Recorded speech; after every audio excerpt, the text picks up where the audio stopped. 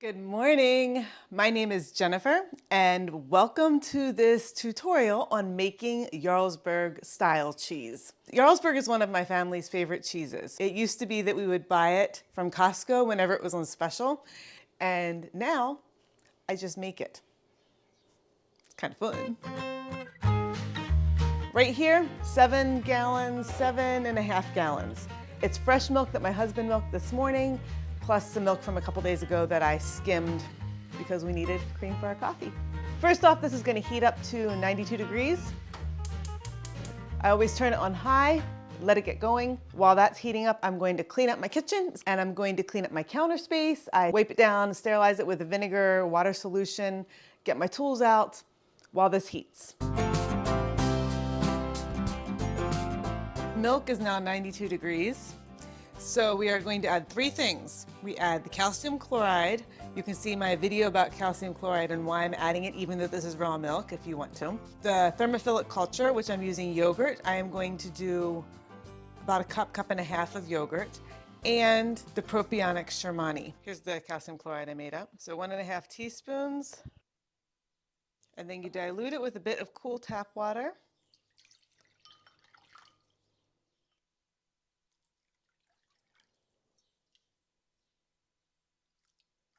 Then I take my yogurt. This is about 1.25 cups, 1.5.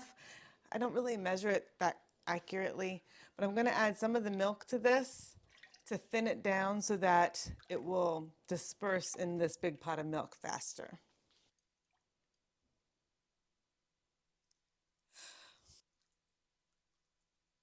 This gets out any bits of butter fat. Well, it's the cultured cream from the yogurt that rose to the top, so it's a little bit chunkier. So that gets rid of that. So it doesn't get in the milk, though it probably would disperse, but just to be sure. The pot's getting full. This is the Propionic Shermanii. I got this from New England Cheese Making Supply Company. This is the pack. It just came yesterday. And it is pretty full. Like right here is where I can feel it all. So there's a lot of it. And you only use a little bit. So for this almost 8 gallons, I'm going to use a scant half teaspoon for this recipe. A couple things about Propionic Shermanii. It says it produces the characteristic eyes or the holes, an aroma and flavor that's associated with Swiss-style cheese. So this is not a mesophilic or thermophilic culture. It cannot take the place of like the yogurt, or if I'm using a buttermilk for a mesophilic culture or any other freeze-dried cultures. This is separate. This is what gives you the holes. And technically, in raw milk, it should have enough of the proper natural bacteria in it that you are going to get natural holes. I have read that. I have never tried that, and I have never seen it. So I still use Propionic Shermanii, even though some raw milk enthusiasts will tell you that you don't need it. I think you do. This is my second pack. My first pack I got in October. This is July, so I got it a while ago. It worked great. I was making my cheeses. They were beautiful. They would like expand and get big holes, and they were so, so yummy. And then suddenly it stopped working. And my cheeses, like my Jarlsberg, didn't have any holes in it. It just was like a regular cheese. It tasted fantastic, but it did not taste like Jarlsberg. It was a whole other thing, which I loved, but I didn't know why, so that made me upset. I tried a couple other times, in Gruyere, and I did a Swiss cheese, I forget what else, and they didn't expand. I'd only had it for a few months, and so I contacted New England Cheese Making, and they said, what's the expiration date? It didn't have an expiration date. So I gave them the lot number and they said, oh, it expires in, I don't know when it was, April, May, sometime in the spring. Apparently, Propionic Shermanii has a pretty exacting expiration date. I had talked to Gavin about this too, and he said that I could just increase the amount of Propionic Shermanii. It's not going to change the flavor and it will just give it more holes. And if it gets like too many holes, just refrigerate it. Don't leave it out at room temperature. I got this yesterday, like I said, and it does not have an expiration date on it. So I emailed them this morning with the lot number. I'm going to get the expiration date. I'm going to write it down here, and then I'm going to follow it, because it is way too risky to be using something in your cheeses that you're not going to find out about for months and months and months, and then you keep making cheeses during that time, and then it's been expired and you didn't know. So heads up about that. New England Cheese Making sent me this for free, though, just so you know, when they found out that there was no expiration date on it. The previous one and this one. So maybe I'll have an endless supply of free Propionic Shermanii. We'll see. Anyway, this gets sprinkled on top, so it just looks like a powder. So I'm going to use a scant half teaspoon, And you sprinkle it over the top and let it sit for about 2 minutes to rehydrate. In the meantime, this is getting sealed back up and it is going straight back into the freezer like that. And I put it in a Ziploc bag. It's been about a minute. Gonna stir this in.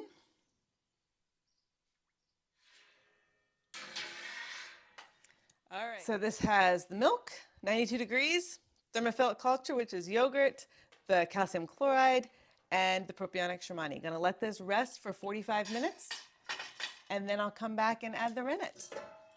One other thing about the Propionic Shermanii and the cheeses that failed, it was still fabulous cheese. It's one of my favorites. What's frustrating is that I don't know how to replicate. I don't know if I can keep adding Propionic Shermanii of the old kind to it and that like does something to the texture, even though it doesn't get the big holes. Is that helping it to form a certain flavor, a certain essence? That's one of my other questions. If you know anything about expired Propionic Shermanii and what it does, let me know. It's been 45 minutes, so now it's time for the rennet. 1.5 teaspoons. Make sure you don't go over on the rennet because that can make cheese rubbery. I haven't ever really gone under, so I don't know what happens then. You just want to err on the side of doing less if possible. Dilute it with some water. Ooh, when it's really full, open the lid slowly. Dang. This is a very full pot of cheese. So you stir this for no more than 45 seconds. You do it slowly and gently. You want to work the rennet in. If you go over a minute, then you'll start to be like adversely affecting the curd set. I like to go around the bottom edges in the corner, and then I pull up with the spoon and go back down, and I just go north, south, east, west on my lifting and dropping. Then I just work up and down in the very center. Go the whole way down for the first few times, keep it moving, and then I focus on the top part. This is non-homogenized milk and the cream will set up, so I just go a little bit longer up here on the top so it stays worked in as best as I can. And I can see a change that happens. The milk moves a little bit slower. There's like a delay with it, and that's when I stop. This lid, so full. Did it overflow? It is like to the brim. This is going to actually seal shut. It's so full. Giving it 45 minutes and then we'll be back. So now we're going to try to open this and see how badly it is sealed. Oh my goodness. It's going to explode. It is sealed, you guys. There we go. Something tells me that this is set. I think we're good to go. I'm not even going to check that because it's set. With Jarlsberg cheese, you just take the whisk and cut it up. You do not have to mess around with cutting vertical, horizontal curds.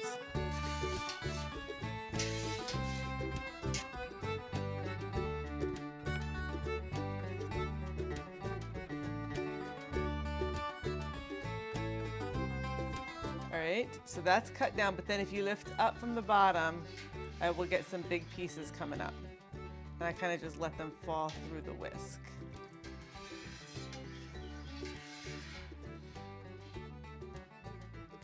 Spear them and loop down and then pull up.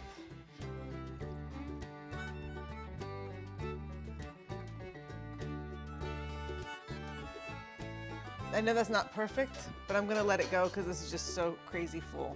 And I'm gonna let this heal for 5 minutes. You let them rest. It's called letting them heal. And then they firm up a little bit before you start stirring them. It's been 5 minutes. Still stuck. And I'm going to skim off just, oh, it's wet on the floor. I'm going to skim off just a little bit of the whey to make it easier to stir. So now I'm just going to stir this curd for about 20 minutes. It's off heat, and this is just going to let the curd set up. And if I find large chunks, I'll break that. I'm just going to break them up. Get the whole way down to the bottom and pull it up. So for the next 20 minutes, I'm going to stand here and either read or watch YouTube videos on making YouTube videos or on making cheese videos, I don't know. Or I'll read my book. 10 minutes into the 20-minute stir, still off heat, but I want to get to see how much whey has come out of the curd, what it looks like, what the curd looks like. It's very wet. There doesn't seem to feel like a skin or a shell, whatever you call it. It's not hard on the outside of the curd. It's still all very soft and gentle and easy. But they're pretty small curds, and it's a pretty juicy pot. There's a lot of whey now. The curds are fairly small and even. They're about the size of lentils to peas to maybe some kidney beans every now and then. I guess we're going to compare with legumes. These curds do not feel at all cooked. They feel very soft, very tender. They're getting a little slightly springy, but there is no hard skin from cooking them or hard shell. They are very soft and pliable and squishy still. Feels like it's going to be a very moist cheese at this point, but we're not done. I'm going to let the curds settle for about 5 minutes, 10 minutes, and then we are going to begin washing the curds. So what we're going to do now is we're going to wash the curds. Washing curds simply means that you take out some of the whey and you're adding in water, either hot water or cold water, depending on if you want to raise the temperature or lower the temperature. And that process is making, I'm not sure I'm going to have this right, but that process is getting the curds to be less acidic. It's going to remove some of that whey and make them make the cheese a sweeter cheese. So we're going to remove about half of the whey, go down to about the level of the curds, and then I am going to be adding 140-degree water. So it's hotter water, and I'm going to add it slowly and just be stirring until the temperature rises to 100 degrees. So it's going up 8 degrees. So to do that, I'm going to fill this with hot tap water, and then I have my tea kettle over there that just boiled, and I'm going to top that off until I get to 140 degrees. You don't want to make it like 212 degrees and put straight boiling water in, because you would cook the curds too quickly. It needs to be a gradual, slow process, because the outside of the curds will start getting harder as it dries up and as it cooks, and the inside would be too wet if I went too fast, and that would lock the moisture in. So you want it to be an even cook. So that's the first step. And then once it's at that temperature, I'm going to turn the heat on low, and I'm going to raise the temperature a second 8 degrees. So it was raised 8 degrees with hot water, 8 degrees just with the stove heat. And then at that point, the curds are cooked. Tap water is right around 110. I'm going to dump in a bunch of hot, right around 135. Close enough, not 140, close enough, 135. So now the curds have settled. So I'm going to scoop off a whole bunch of the whey. I can now see the curds through the bottom of my glass measuring cup, so I'm going a little slower and more gently so I don't disturb them. Ah, they're disturbed, they're popping up now. I'm going to stir these first, get them going a little bit, and then I'm going to start dumping in the hot water. They're beautiful curds. I love how this cheese looks and feels making it. It's a very satisfying cheese. I have to dump a whole bunch in at one time because my hand's not strong enough to pour one-handed. I suppose I could scoop it, but that's too much. So I just quickly work it in. I'm gonna do another pour. And now I'm gonna use my hand so I can feel it. And let's see what temperature we have come up to. Remember, it was at 92. It probably dropped a good 4 degrees during all that process the past few hours. Now it is at 96 degrees, so I still have to go up to 100. So I'm going to just dump in the rest of the water. I can feel these curds shrinking. I mean, not like shrinking under my hand, but they feel a lot smaller now and a little bit harder. That is 100.4, 100.6. So now I'm going to turn this on to low. And I'm going to begin heating this to 108 degrees, and I will set the timer. I want it to go fairly slowly over the next 20 minutes. All right, y'all. It took us 18 minutes, and we are at 108 degrees, and my goodness, this curd feels so different. It is now drier. It is a lot less of it because it has shrunk. There's still some big ones there, and they still feel a little bit sloopy. This is what it does. You squeeze it and it holds together in a light way, an easy way. So you just squeeze. There you go. This curd is done. I am not going to keep cooking it because It feels great, and I don't want my Jarlsberg to be dry, dry, dry. I mean, I want it to be a dry, firm cheese, but not like a dried out hard cheese. It's supposed to be somewhat soft. So we're gonna let this set for about 5 minutes for the curds to settle. Okay, time to take off the whey. I'm going to keep doing this by hand until I get less, because it's pretty unwieldy to pick up an 8-gallon pot of whey and curds. I can't do it. Hang on. Here we go. I know we can't do that either. This is too heavy. Oh my goodness, I feel like such a wimp. Oh goodness.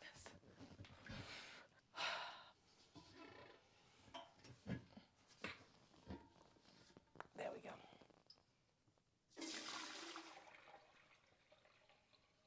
Pressing on it a little bit.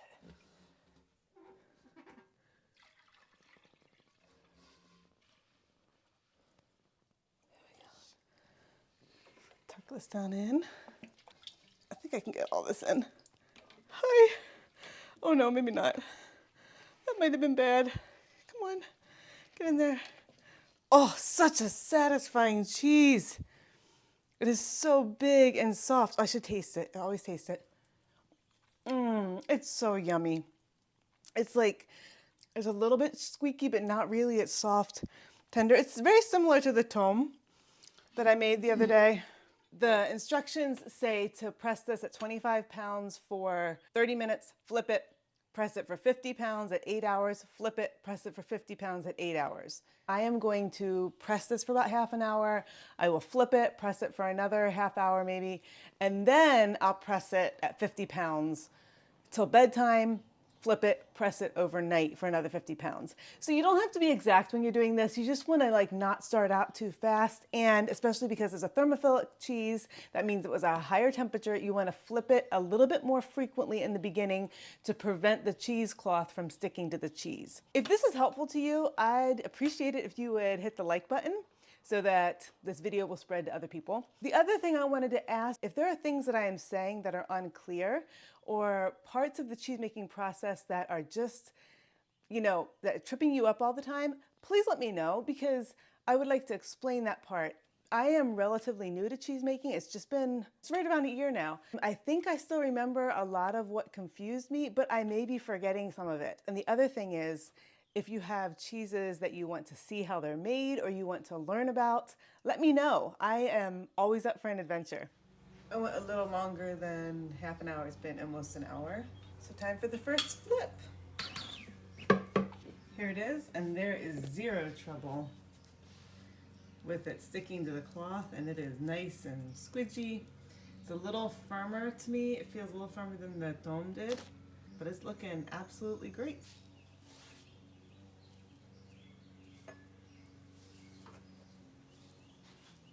And now, because it's sinking, I will add in the other follower. I'm gonna just go with 40, and then overnight I'll do 50. It's not quite late bedtime, but I wanted to catch this before it gets too dark to see. So this is the amount of whey that I've had since I started pressing it at 40 pounds. Oh, it's sticking a little bit. It's not sticking, but it just feels like a little bit of tension. So it's good I'm flipping it now. Oh, yeah, a little bit came off right there. But this is actually not bad compared to sometimes. I'm gonna get a clean cloth because of that. I'm gonna spray it with vinegar and water.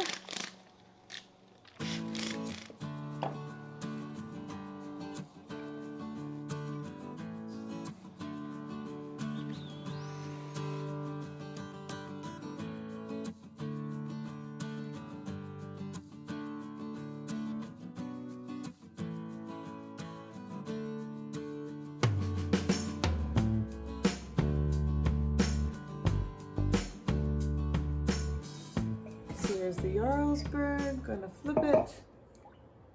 Smells delicious. And let this go until tomorrow.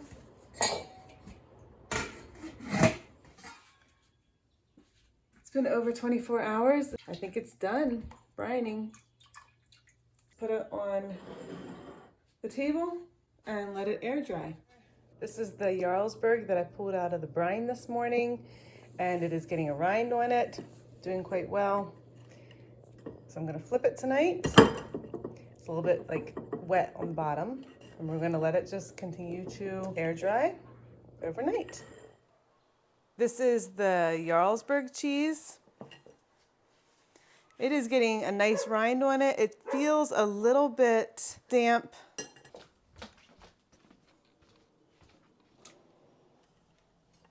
And it was in the cheese fridge for a few days, and now it is ready to go in the bag. I'm going to cut it in half because it is too thick this way to fit into the bag.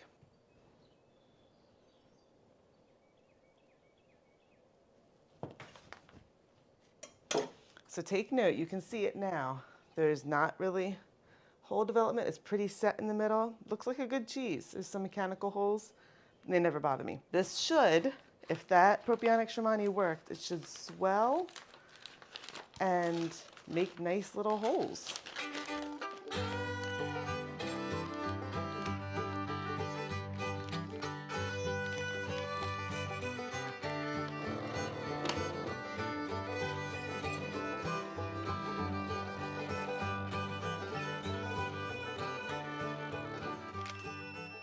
This Jarlsberg has a different aging. What's gonna happen is it's gonna be at about 50, 55 degrees for 2 weeks, and then it gets put at room temperature or 65 degrees for 4 to 6 weeks. It's July right now, August. It may be too hot. I may have to put it in the basement or try to find a spot that feels cooler. Sometimes when it's too warm, the cheese starts expressing some butterfat, and if that happens, then I know I have to put it back in the fridge. I'll see you next time. Bye.